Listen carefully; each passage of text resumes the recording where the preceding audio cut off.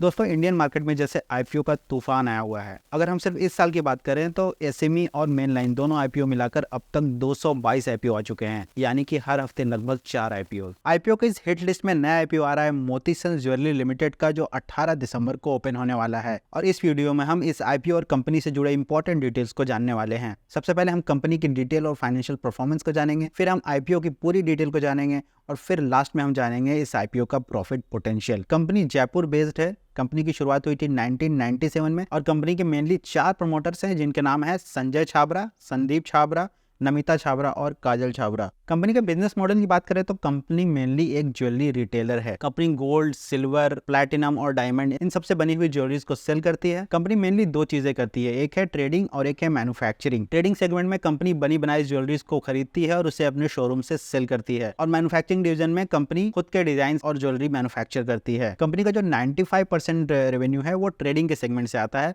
और सिर्फ 5% रेवेन्यू ही कंपनी खुद के मैन्युफैक्चरिंग से लाती है। यानी कि जो कंपनी है वो मेनली ज्वेलरी की ट्रेडिंग करती है, मैन्युफैक्चरिंग का जो पार्ट है वो सिर्फ 5% है, बहुत कम है। कंपनी का टोटल 4 शोरूम्स है और चारों के 4 जयपुर में है, जिसमें से एक शोरूम बहुत ही ज्यादा खूबसूरत है। कॉम्पिटिटर्स की बात करें तो कंपनी ने अपने आईपीओ प्रोस्पेक्टस में 3 लिस्टेड कंपनियों को अपना कॉम्पिटिटर बताया है, जो है गोल्डियाम इंटरनेशनल लिमिटेड, थंगामलाई ज्वेलरीज लिमिटेड और डीपी आभूषण लिमिटेड। ये तीनों को कंपनी अपना कॉम्पिटिटर मानती है। दोस्तों वीडियो में आगे बढ़ने से पहले मैं आपको बता दूं कि हमने आईपीओ एनालिसिस के ऊपर एक बहुत ही डिटेल कोर्स बनाया हुआ है, जिसमें हमने आईपीओ के सारे टाइप्स, आईपीओ के पूरी प्रोसेस और कैसे आईपीओ में अप्लाई किया जाता है ये भी हमने लाइव बताया है। तो आप उस कोर्स को एक बार जरूर देखिएगा। अब चलता है कंपनी के फाइनेंशियल परफॉर्मेंस की तरफ, जो मेरा फेवरेट पार्ट है। दोस्तों हर कंपनी को आईपीओ में अपने 3 साल के फाइनेंशियल परफॉर्मेंस को बताना पड़ता है, तो कंपनी ने अपने आईपीओ प्रोस्पेक्टस में ये बताया है। कंपनी का रेवेन्यू की बात करें तो साल 2021 में कंपनी का रेवेन्यू था 213 करोड़ रुपए, जो फाइनेंशियल ईयर 23 में बढ़कर हो गया 366 करोड़ रुपए। यानी कि कंपनी ने अपने रेवेन्यू को 31% के सीएजीआर से बढ़ाया है पिछले 2 सालों में। कंपनी का नेट प्रॉफिट भी लगभग 23% के सीएजीआर से बढ़ा है, और 2021 में जहां 9 करोड़ रुपए था वो 2023 फाइनेंशियल ईयर में बढ़ के 22 करोड़ रुपए हो गया है। नेटवर्थ की बात करें तो साल 2021 में कंपनी का नेटवर्थ था 100 करोड़ रुपए,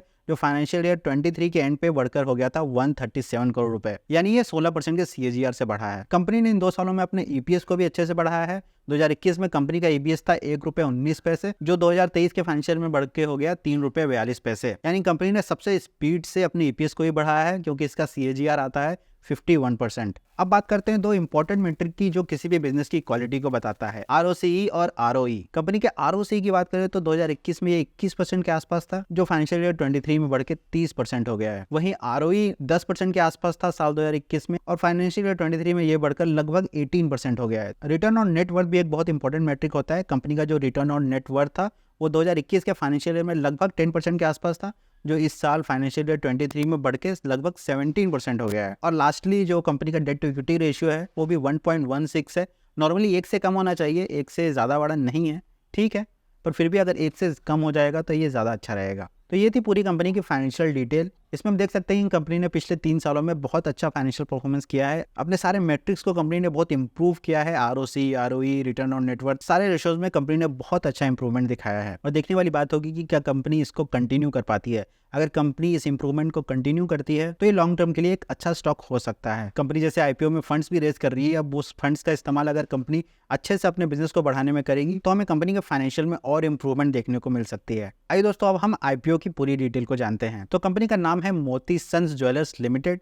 कंपनी जयपुर बेस्ड है, और कंपनी जो आईपीओ में अपना प्राइस रखा है वो रखा है 52 रुपए से लेके 55 रुपीज तक। 52 जो है लोअर बैंड है और 55 अपर बैंड है। और मैक्सिमम टाइम यही होता है कि जो शेयर्स हमें आईपीओ में अप्लाई करने पे मिलते हैं तो वो अपर बैंड के प्राइस पे ही मिलते हैं। यानी अगर आप इस आईपीओ में अप्लाई करते हो तो आपको जो शेयर मिलेगा उसकी प्राइस रहेगी 55 रुपीज। कंपनी का जो लॉट साइज है वो है 250 शेयर्स का, और एक लॉट की प्राइस है 13,750 रुपए। और रिटेल कैटेगरी में आप मैक्सिमम 14 लॉट्स के लिए अप्लाई कर सकते हैं। दोस्तों आईपीओ में कंपनी टोटल 151 करोड़ रुपए रेस कर रही है, जिसमें से ओएफएस जो कैटेगरी है वो बिल्कुल जीरो है, और पूरे के पूरे 151 करोड़ रुपीज फ्रेश इशू में है। इसका मतलब ये हुआ कि कंपनी जब भी आईपीओ लाती है वो आईपीओ में 2 तरह के शेयर्स को सेल करती है। एक होता है ओएफएस शेयर और एक होता है फ्रेश इशू। ओएफएस कैटेगरी में वैसे शेयर आते हैं जो एग्जिस्टिंग शेयर होल्डर सेल करते हैं, और उसका पैसा कंपनी को नहीं जाता, सेलिंग शेयर होल्डर को जाता है।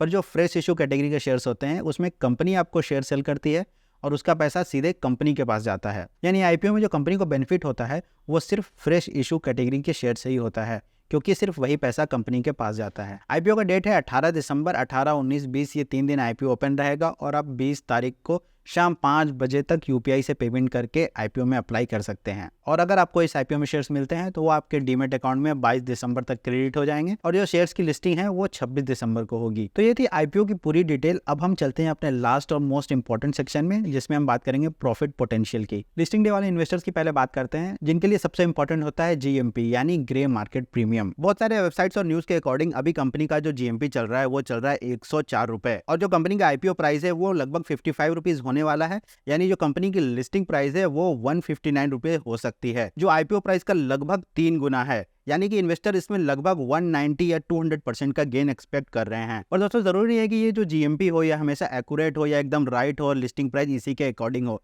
कभी कभी जो एक्चुअल लिस्टिंग प्राइस होती है वो GMP से काफी ज्यादा वेरी कर जाती है और जो सबसे ज्यादा लिस्टिंग गेन है वो इस बात पे डिपेंड करता है कि IPO कितना ज्यादा ओवर सब्सक्राइब हो रहा है। IPO जितना ज्यादा ओवर सब्सक्राइब होता है उसके लिस्टिंग डे गेन होने के चांसेस उतने ज्यादा होते हैं। और अब बात करते हैं लॉन्ग टर्म इन्वेस्टर्स की, जो इस IPO में थोड़े लॉन्ग टर्म के लिए इन्वेस्ट करना चाहते हैं। लॉन्ग टर्म इन्वेस्टर के लिए सबसे इंपॉर्टेंट बात ये होगी कि कंपनी क्या अपनी फाइनेंशियल परफॉर्मेंस को और इंप्रूव कर सकती है या कंसिस्टेंट अच्छा प्रॉफिट बना सकती है। एक अच्छी बात इनके लिए ये हो सकती है कि कंपनी जो 151 करोड़ रुपए IPO से ले रही है उसमें से वो 58 करोड़ रुपीज का यूज वो अपने लोन को चुकाने में करने वाली है। कंपनी के ऊपर अभी लगभग 166 करोड़ रुपए का लोन है और कंपनी अगर इसमें से 58-60 करोड़ रुपीस का लोन चुका देती है तो ये कंपनी के फ्यूचर के लिए अच्छा हो सकता है, क्योंकि कंपनी का इंटरेस्ट कॉस्ट है, अपने लोन पे इंटरेस्ट पेमेंट कर रही है, वो सेव होगा, जिस वजह से कंपनी की प्रॉफिटेबिलिटी थोड़ी ज्यादा हो सकती है। पर दोस्तों रिस्क के पॉइंट से देखें तो मुझे दो बहुत इंपॉर्टेंट चीजें पता चली जब मैं इस कंपनी के IPO का जो प्रोस्पेक्टस है उसे पढ़ रहा था। कंपनी ने इन दोनों पॉइंट्स को अपने रिस्क डिस्क्लोजर में बताया है। कंपनी ने बताया है कि जो कंपनी के प्रोमोटर्स है उनके खिलाफ IPL क्रिकेट में बैटिंग करने के अगेंस्ट कुछ केस चला था। हालांकि कंपनी ने बताया है कि ये केस अब क्लोज हो चुका है, पर कंपनी ये भी बोल रही है कि अगर ये केस रीओपन होता है तो इसका हमारी कंपनी पे बैड इफेक्ट पड़ सकता है। दूसरी चीज ये हुई है कि कंपनी के 8 प्रमोटर्स पर सेबी ने लगभग 34-35 लाख रुपए का फाइन लगाया था, जिसकी वजह ये थी कि इन्होंने एक लिस्टेड कंपनी के इनलिक्विड शेयर में